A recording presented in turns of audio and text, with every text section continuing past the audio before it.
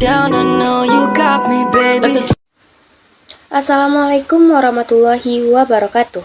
Perkenalkan, nama saya T. Agusti Winanda dengan NIM 25016274.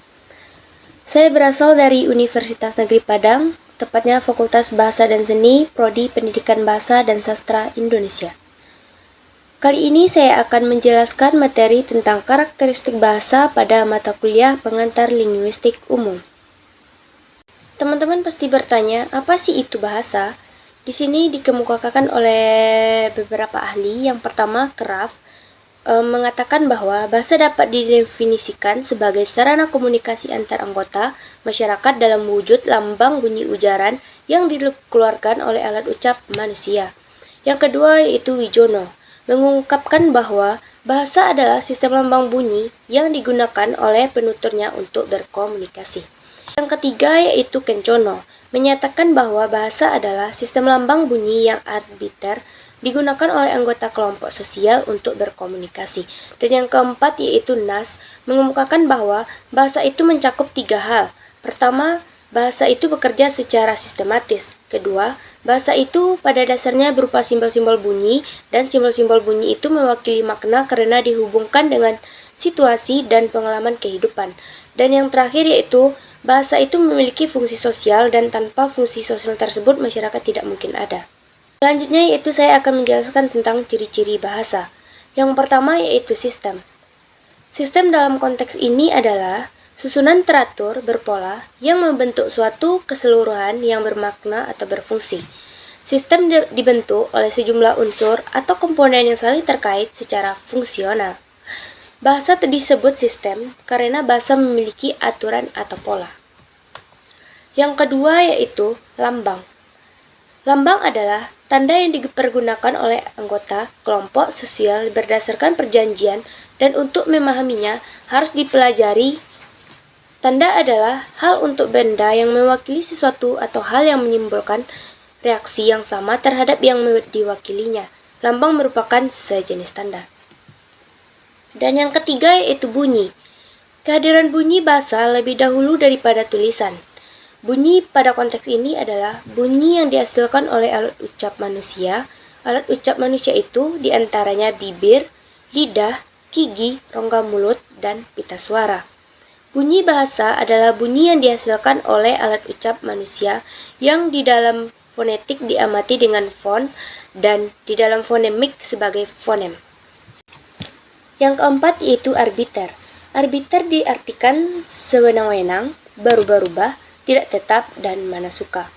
Menurut Hare, arbiter adalah tidak ada hubungan yang wajib antara lambang bahasa yang berwujud bunyi itu dan konsep, makna, atau pengertian yang dilambangkan oleh lambang tersebut.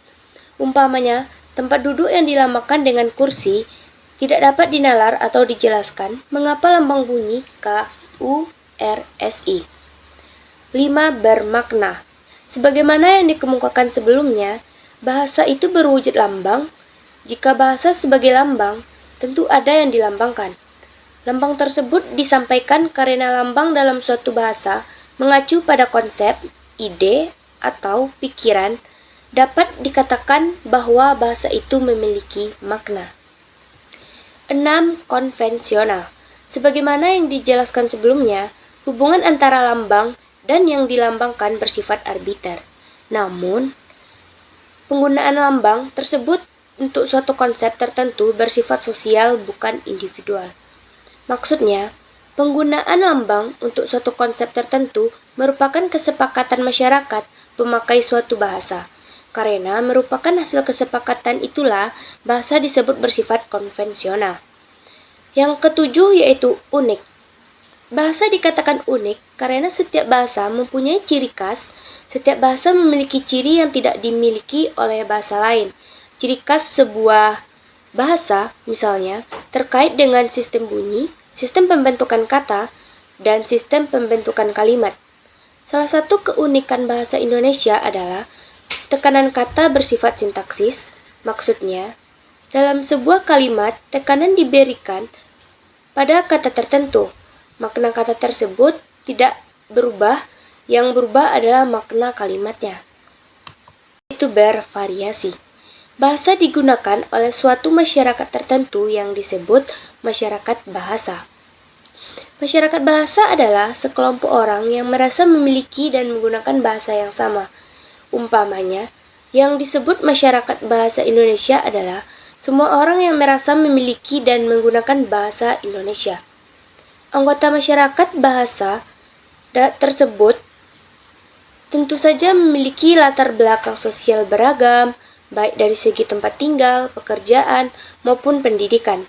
Keanekaragaman latar belakang itulah yang menyebabkan bahasa bervariasi. Yang terakhir yaitu manusiawi.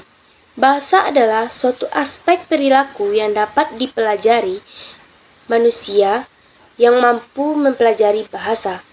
Hal itu disebabkan manusia memiliki akal budi atau yang dikenal dengan animal rasional.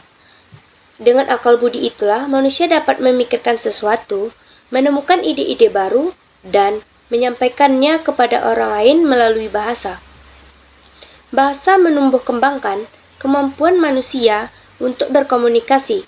Bahasa dapat menempatkan peradaban manusia jauh di atas berbagai bentuk kehidupan makhluk yang lebih rendah.